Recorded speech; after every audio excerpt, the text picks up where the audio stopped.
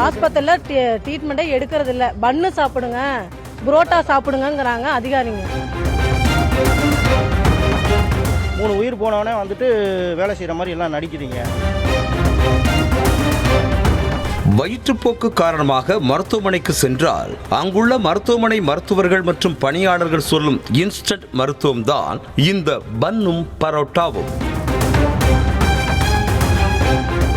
திருச்சி மாநகராட்சிக்கு உட்பட்ட திருச்சி மேற்கு சட்டமன்ற தொகுதியில் உள்ள உறையூர் மின்னப்பன் தெரு, பணிக்கண் தெரு, காமாட்சி அம்மன் தெரு, நெசவாளர் தெரு, காளையன் தெரு உள்ளிட்ட பகுதிகளில் கடந்த 15 நாட்களுக்கு மேலாக குடிநீரில் கழிவுநீர் கடந்து வருவதாக குற்றச்சாட்டு கூறப்படுகிறது. இந்த பாத்ரூம் அடைச்சது எத்தனை நாளைக்கு போன் பண்ணலாம், வந்து பாக்குறதே இல்லை சார். கேட்டா 10,000 கொடுங்க, 5,000 கொடுங்க, அப்பதான் வருவோம். அப்ப நீங்க கவர்மெண்ட்ல சம்பளம் வாங்கல? தெரிய சார், போன் பண்ணிட்டு கூட வந்துட்டேன் சார். இந்த வராங்கிறாங்க, சொல்லி 15 நாள் ஆச்சு சார், இன்னும் வராங்க. அந்த தண்ணி மூக்க மூடிட்டு தான் நாங்க சுத்திட்டு போறது, இந்த சைடா போறது இல்ல. இந்த நிலையில் பணிக்கண் தெருவைச் சேர்ந்த லதா என்பவர் வயிற்றுப்போக்கு காரணமாக திருச்சி அரசு மருத்துவமனையில் அனுமதிக்கப்பட்ட நிலையில் சிகிச்சை பலனளிக்காமல் உயிரிழந்தார். அதேபோல அதே தெருவைச் சேர்ந்த முரளி என்பவரின் 3 வயது மகள் பிரியங்கா என்பவரும் வயிற்றுப்போக்கு காரணமாக பரிதாபமாக உயிரிழந்தார். இந்த இருவரை தவிர அதே பகுதியைச் சேர்ந்த 90 வயதான மூதாட்டி மருதாம்பாள் என்பவரும் உயிரிழந்தார். 3.5 வயது பெண் குழந்தை உட்பட இந்த மூவரும் வயிற்றுப்போக்கு காரணமாகவே உயிரிழந்ததாக அப்பகுதி மக்கள் வேதனையோடு தெரிவித்தனர். இது மாநகராட்சியோட அதிகாரிகளோட அலட்சிய போக்குனால இப்போ 3 ஊர் போயிருக்கு. இது இல்லாமல் இப்போ ஒரு 30-40 பேர் அட்மிட்டுக்கு போயிருக்காங்க. அவங்க நிலைமை என்னங்கிறது போக தான் தெரியும். நல்ல மாதிரி கடவுள் புண்ணியத்தில் எல்லாம் நல்லா வந்துட்டா சந்தோஷம். இப்போ அதில் ஏதாவது உயிர் போச்சுன்னா யார் பதில் சொல்லுவா? குடிநீரில் கழிவுநீர் கடந்ததே இந்த மூவரின் உயிரிழப்பிற்கு காரணம் என அடித்து கூறும் அப்பகுதி மக்கள் வயிற்றுப்போக்கு காரணமாக இன்னும் 30க்கும் மேற்பட்டோர் மருத்துவமனையில் அனுமதிக்கப்பட்டிருப்பதாக தகவல் தெரிவித்தனர். பாதாள சாக்கடை தண்ணி நல்ல தண்ணியில கலந்து வந்துகிட்டு இருக்கு. அதுக்கும் நாங்க சொல்லியிருக்கோம், அதுவே அவங்க பார்க்க மாட்டேன்ட்டாங்க.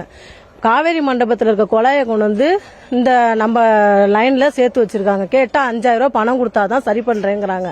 இது மாதிரி தொடர்ந்து நடந்துகிட்டு தான் இருக்கு. 6 மாசமா நாங்க பெட்டிஷன் கொடுத்துக்கிட்டு தான் இருந்தோம். இன்ன வரைக்கும் நடவடிக்கை எடுக்கல. அதனால இவங்க இந்த 3 பேர் இன்னைக்கு உடனடியா இறந்துட்டாங்க.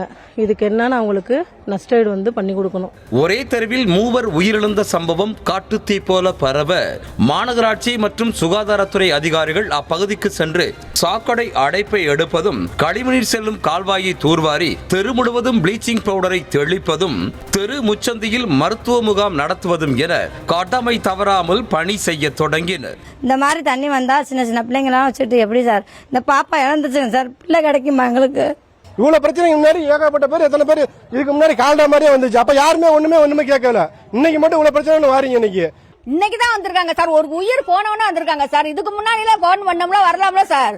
இன்னைக்கு ஒரு உயிர் போய் இது ஊரே கலவரம் ஆனவன தான் இன்னைக்கு வந்திருக்காங்க. அதுக்கு முன்னாடி யாருமே வரல. இன்றைக்கு செய்யும் பணியை 10 நாட்களுக்கு முன்பாகவே செய்திருந்தால் சிறுமியின் உயிர் உட்பட 3 பேர் பலியாகி இருக்க மாட்டார்கள் என ஆதங்கத்தோடு தெரிவித்தனர் பொதுமக்கள். இப்போ எல்லா அதிகாரிகளும் வராங்க, எல்லா சாக்கடையும் திறக்கிறாங்க, எல்லாம் வேலை செய்கிற மாதிரி சீன் கொடுக்குறாங்க.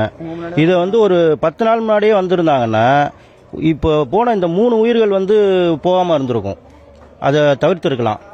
ஜேஇ, ஏஇ, கழிவுநீர் அகற்றும் துறை அதிகாரிகள் என மாநகராட்சி அதிகாரிகள் பலரிடமும் புகார் அளித்தும் இதனால் வரை கண்டுகொள்ளாதவர்கள் 3 உயிரிழப்புக்கு பின்னர் பதறி அடித்துக் கொண்டு ஓடி வந்து என்ன பிரயோஜனம் என்று கேள்வி எழுப்பினர் அப்பகுதி மக்கள். இதை சார்ந்த இந்த வார்டு தொகுதி இந்த ஜேஇ இருக்காரு, அவர் 10 நாளாக கம்ப்ளைண்ட் கொடுத்தோம். இது வரைக்கும் அதை பற்றி அவர் கண்டுக்கவும் இல்லை, இந்த இடத்துக்கும் வரல. ஆனால் இன்னைக்கு இறந்தவொடனே நாங்கள் போராட்டம்னு மறியல்னு உட்கார்ந்தவொடனே வந்துட்டு அங்கே உள்ள பார்க்குற மாதிரி பார்த்துட்டு இப்படி இந்த பக்கம் பின் தெரு வழியாக ஓடி போயிட்டாரு.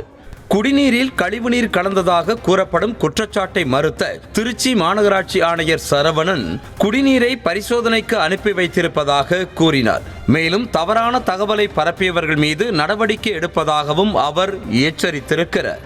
நகர்ப்புற வளர்ச்சித்துறை அமைச்சரான KN நேருவின் தொகுதியிலேயே குடிநீரில் கழிவுநீர் கலப்பதாக குற்றச்சாட்டு எழுந்திருக்கும் நிலையில் 3 உயிரிழப்பிற்கு கழிவுநீர் கலப்பே காரணம் என தொகுதி மக்கள் புகார் தெரிவித்திருப்பது பரபரப்பை ஏற்படுத்தியிருக்கிறது.